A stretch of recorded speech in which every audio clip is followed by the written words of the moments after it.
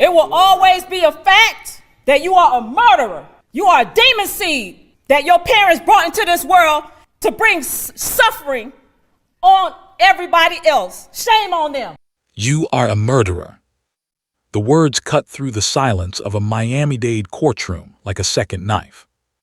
You are a demon seed that your parents brought into this world to bring suffering on everybody else. Dozens of people packed the gallery that Tuesday morning, friends, classmates, family, many of them wearing shirts printed with the face of a 17-year-old boy who would never walk through that door. At the front of the room, an 18-year-old girl in a black suit stood perfectly still. No expression, just silence. The judge leaned forward. The court sentences you to 17 years in Florida State Prison. From the families, having heard from the doctors that testified, the court imposes the following sentence. At this time, the court will adjudicate you, Ms. Malik. The court will sentence you to 17 years in Florida State Prison, followed by 5 years of reporting probation. Special condition of that probation, you will have to go a mental health evaluation and abide by any treatment if necessary. You will have to write a letter December 20th of every year that you are on probation, acknowledging what had occurred and how it has affected your life. And I do not take this sentence lightly, Ms. Malik. This is not something that this court wanted to do, but I have to impose a sentence that I believe holds you accountable. That parking garage the night of December 20th, 2024, just 5 days before Christmas. And why did surveillance cameras capture something that told a completely different story from what she told police? This is the case of Yahkeim, Keimo Lollar. If you made it this far, you already know this case is deeper than a single courtroom verdict. Hit that subscribe button right now, because the moment you leave this video, the algorithm will forget you were here. Drop a comment below telling us what you think really happened that night in that parking garage. And if this story moved you, share it, because Keimo's family spent 17 months fighting just to be heard. Yahkeim Lollar was the kind of person a neighborhood remembers. Born and raised in Miami, he carried himself with the quiet confidence of someone who knew exactly where he was going. At Northwestern Senior High School, everyone called him Keimo, and Keimo was going places. A running back on the football field, an honor student in the classroom, a son who made his mother proud every single day. His father described him as someone who loved his PlayStation, laughed easily, and lit up every room he entered. Friends who had known him since middle school said he was incapable of going through a single day without spreading some kind of joy to the people around him. He was 17 years old, a junior. Colleges were ahead of him. Life was ahead of him. Then December came. It had been a complicated few months in his personal life. Keimo and Jahara Malik had been dating on and off, the way teenage relationships often go: fragile, intense, full of the kind of emotional turbulence that young people rarely know how to navigate. At some point, he made a decision. He wanted out. According to his mother, Natalie Jean, he had been honest with Jahara about it, told her plainly that he no longer wanted to be in the relationship. That honesty, she believes, cost him everything. On the night of December 20th, 2024, the two teenagers were together at the apartment complex in Little Haiti where Keimo lived with his family. It was late. The building's parking garage was quiet, concrete walls, dim lighting, the kind of place where sound echoes and no one is watching. Except one thing was watching. A surveillance camera, mounted in the corner, was recording everything. Footage from that camera would later be played inside a packed Miami courtroom, shown to a judge, a gallery full of grieving relatives, and a room full of people desperate for answers. What it captured was chilling in its simplicity. Keimo and Jahara moving through the stairwell area of the parking lot together, running, playing around, or at least that is what it looked like at first glance. The kind of thing teenagers do, nothing alarming, nothing that would make a passing stranger stop and stare. Then they moved out of the frame, and when the camera picked them up again, Keimo was on the ground, bleeding from his chest. Jahara Malik would tell investigators that the two had been horseplaying, that a knife had been involved in the roughhousing, and that what happened was a terrible accident. Her attorney, Larry Hanfield, echoed that position publicly, insisting that the evidence would ultimately support their version of events. He pointed out that she had stayed at the scene, that she had attempted to help Keimo after he collapsed, that she had not run. "We believe this was not an intentional act," Hanfield said. Prosecutors saw it differently. When the case went before the court, the state argued that the wound told its own story. The blade had not grazed him. It had not slipped. According to evidence presented during the proceedings, that knife entered Keimo's body with significant force, cutting through his hoodie, through his shirt, through muscle and tissue, clipping a rib and driving directly into his heart. The kind of force, they argued, that does not come from roughhousing. Keimo was rushed for medical attention, but there was nothing anyone could do. He died that night 5 days before Christmas on the floor of the place he called home. When news reached the people who loved him, the grief was immediate and total. His mother could not understand it. Her son, the honor student, the athlete, the boy who brought happiness everywhere he went, was gone. Not in some random, senseless street incident, but feet from his own front door, with someone he had trusted standing right there.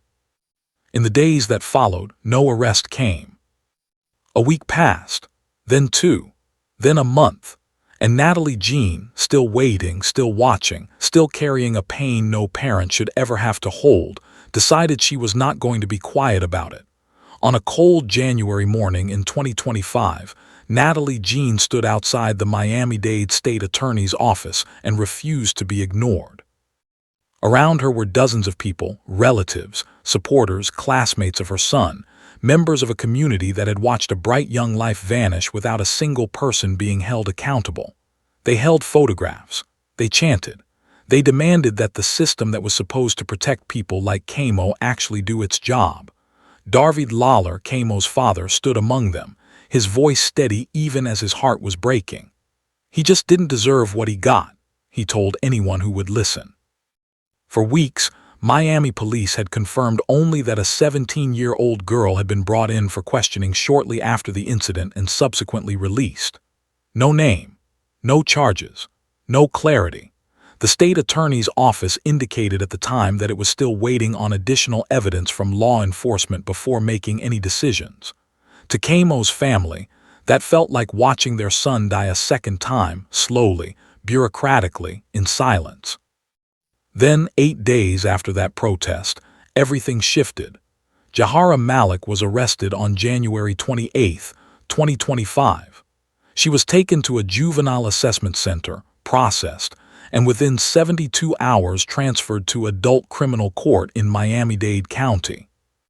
Florida law gave prosecutors that power, the ability to directly file charges against juveniles as young as 14 in adult court, bypassing the juvenile system entirely. Malik was charged as an adult with manslaughter. Her bond was set at $50,000, conditional on wearing an ankle monitor. The family of the accused moved quickly. Her legal team, led by attorney Larry Hanfield, pushed hard to have the case returned to juvenile court, arguing that a 17-year-old with no prior record should not face the full weight of the adult criminal system. It should have remained in juvenile, Hanfield said publicly. However, the law allows the state of Florida to direct file. The motion failed. Malik would face trial as an adult. Meanwhile, Keimo's family sat with their grief and their fury in equal measure.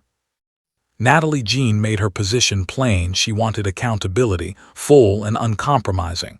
Every court date, every delay, every procedural twist felt personal. A trial date was set, then pushed, set again, then moved. Each postponement reopened the wound. Then came March 2026, and a decision that nobody fully anticipated. Jahara Malik walked into courtroom 28 at the Richard E. Gerstein Justice Building in downtown Miami and entered a guilty plea to manslaughter. Speaking softly, she accepted responsibility for Keimo's death. But what made the moment even more extraordinary was the absence of any agreement with prosecutors. There was no deal, no negotiated sentence, no guaranteed outcome. She placed herself entirely at the mercy of Judge Christine Hernandez, a choice her own legal team had long resisted. The judge was direct with her. There would be no guarantees, she warned. Whatever came next would be entirely at the court's discretion. Sentencing was scheduled for May 5, 2026. That morning, the Richard E. Gerstein Justice Building filled up fast. Dozens of people connected to Keimo arrived early, wearing shirts bearing his face, carrying the weight of nearly a year and a half of grief. They filled one side of the gallery. Malik's relatives filled the other. 2 families, 1 courtroom, 1 judge, and a hearing that would stretch across more than 5 hours of raw, unfiltered human emotion. The surveillance footage played on a screen inside the courtroom. Keimo and Jahara moving through the parking garage alive together, seemingly fine. Then the cut. Then him on the ground. Several of Keimo's relatives broke down immediately. 2 women had to leave the room entirely, unable to watch. Prosecutors urged Judge Hernandez to impose 20 years, followed by a decade of supervised release. Keimo's family wanted 30, the maximum allowed under the law. One by one, his loved ones approached the podium and delivered impact statements directly to the young woman who had taken him from them. Lollar's aunt, Zeldrina Beecham, did not soften a single syllable. Then Jahara Malik stood up to speak, and what she said next left the entire room utterly still. She stood in a black suit, hands clasped, facing a courtroom full of people who had spent 17 months despising everything she represented. When Jahara Malik finally opened her mouth to speak, her voice was barely above a whisper. "I'm here to accept my consequences for what I had done." She paused.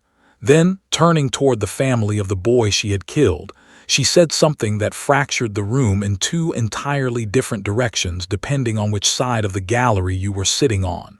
"I loved your son so much. I never wanted to." She could not finish the sentence. Whatever lived at the end of it stayed locked inside her. The Lollar family sat unmoved, their expressions hardened by grief that had long since calcified into something beyond tears. Across the aisle, Malik's relatives wept openly, some of them pressing their hands to their mouths, others staring at the ceiling as if searching for something merciful up there. "Every day I sit and think about the damage I caused," she told Judge Christine Hernandez. "I feel like I am already in my own prison for the rest of my life." The judge listened carefully. Then she spoke, and when she did, it was clear she had weighed every single detail with precision.